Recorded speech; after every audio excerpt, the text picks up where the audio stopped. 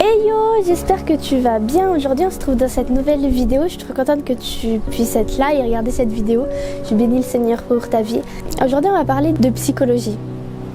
La psychologie est un sujet super intéressant. C'est important de ne pas diviser psychologie et foi. Si tu fais un mélange des deux, c'est la meilleure chose que tu peux faire en fait, vraiment. Parce que Dieu n'est pas du tout contre la science, il n'est pas contre la psychologie, il n'est pas contre ces choses. C'est lui qui a créé ça et on va parler d'un souhait que j'ai vu sur Twitter que j'aimerais pouvoir vous partager. J'espère que ça pourra vous édifier et puis peut-être changer certains comportements que vous aviez pu avoir, peut-être tout en étant dans l'ignorance. Vous avez peut-être entendu du vent parce que genre il y a beaucoup de vent, mais vu qu'il y a un beau soleil, je me suis dit que ça pouvait être cool. C'était un beau plan là, donc je sacrifie mes oreilles hypersensibles au froid pour vous. En premier, on ne devrait pas négliger la psychologie parce que tout problème de l'âme n'est pas forcément un problème d'esprit méchant. Une personne n'est pas le résultat de la somme de démons en elle. Il y a des constructions sociales, familiales et relationnelles dans la vie de chacun en fait. Et par exemple, si tu as des problèmes relationnels, c'est pas forcément que tu as un souci avec des esprits qui sont en toi ou tu es possédé. Enfin, faut prendre tout ce qui est au niveau du contexte environnemental, tout ce qui t'a construit durant ton enfance, etc. C'est pas parce que tu as justement des problèmes au niveau de la psychologie de l'âme que forcément il y a des mauvais esprits qui sont en toi. C'est important à le savoir parce que je trouve que on spiritualise beaucoup trop tout, surtout dans le monde évangélique. On dit que si tu réagis comme ça, oh là c'est tel et tel esprit, si tu réagis comme ça, là c'est tel et tel esprit. Mais non, en tant qu'être humain, il faut prendre dans sa globalité. En deuxième, c'est cependant, il n'est pas sage non plus de ne voir que les composants humains du problème. Donc c'est pas bien d'éloigner le fait qu'on ne pourrait pas avoir de mauvais esprit et de prendre que les choses environnementales, humaines, etc. J'ai l'impression qu'il y a tellement de bruit qu'il y a le déluge qui va venir là. L'être humain est esprit, âme et corps. Il faut traiter les problèmes selon les secteurs touchés. Si c'est le pied qui a mal, on ne met pas un bandage sur la main. Il ne faut pas prendre en compte que les mauvais esprits, mais il ne faut pas non plus prendre en compte que tout ce qui est au niveau d'être humain. Il faut savoir avoir cette balance et faire le poids des deux, à dire peut-être c'est un mauvais esprit, mais peut-être j'ai ça parce que j'ai vécu ça, et trouver le bon équilibre. Troisièmement, les autorités spirituelles devraient être formés en psychologie et en psychiatrie pour pouvoir faire des diagnostics cohérents de ce qui se passe dans l'intérieur de la personne. C'est super important. Je trouve cette phrase vraiment super importante parce que dans les églises, il peut y avoir tellement d'abus à dire tu te comportes comme ça parce que c'est ça. Tu te comportes comme ça parce que c'est ça. Mais non en fait. Est-ce que tu me connais déjà? Est-ce que tu sais ce que j'ai vécu? Alors oui, on peut avoir des révélations, il y a les prophéties, il y a tout ça, mais déjà pour faire un diagnostic et dire tu as telle et telle chose, faut être psychiatre, même pas psychologue, donc il faut avoir des études.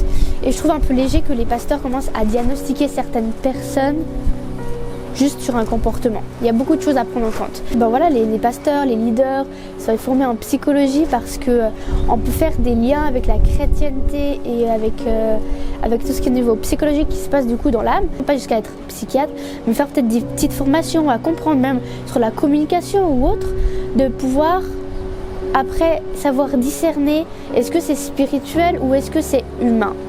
Quatrième, c'est en plus, si un problème n'est pas traité à la source après la délivrance, l'esprit va revenir.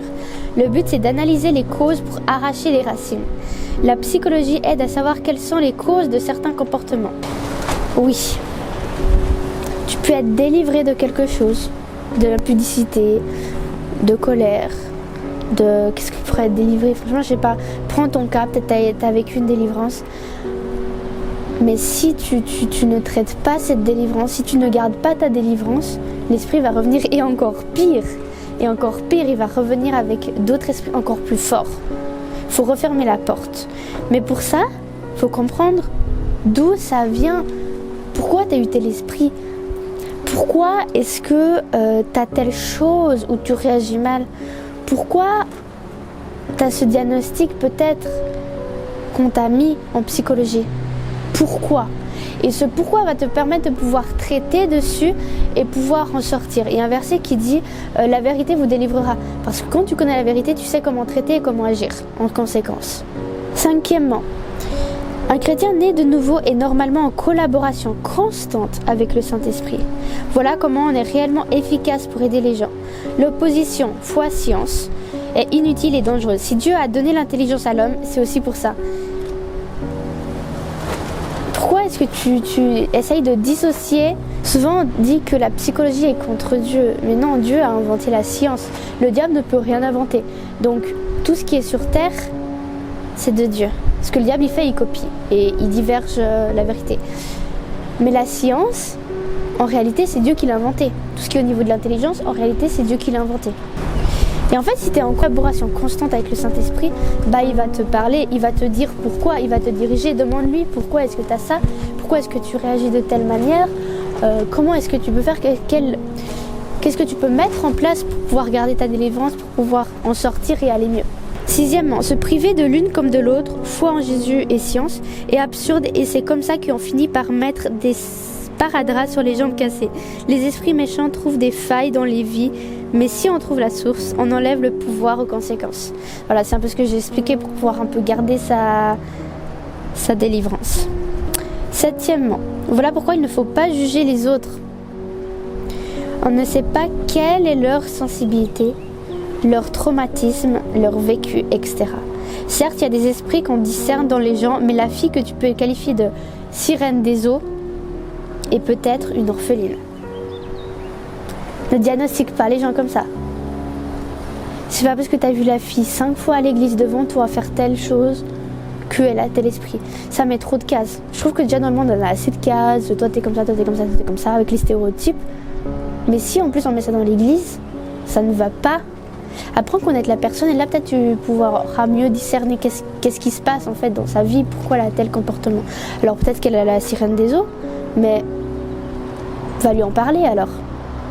Ne juge pas comme ça. Le discernement sans amour, c'est la spécialité du diable.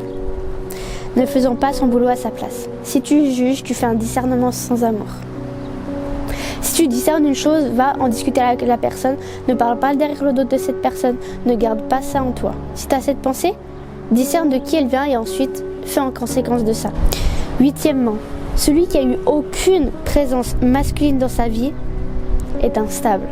Si tu n'as pas eu de papa, tu risques fortement d'être instable dans tes émotions, dans tes sentiments, dans tout ce qui est au niveau de la psychologie. Donc voilà, j'espère que tu as bien aimé ces 2-3 petites choses que j'ai pu te partager. Si tu as bien aimé, n'hésite pas à mettre un petit like et t'abonner. Ça m'a fait plaisir de te voir ici. Sois béni et à la semaine prochaine.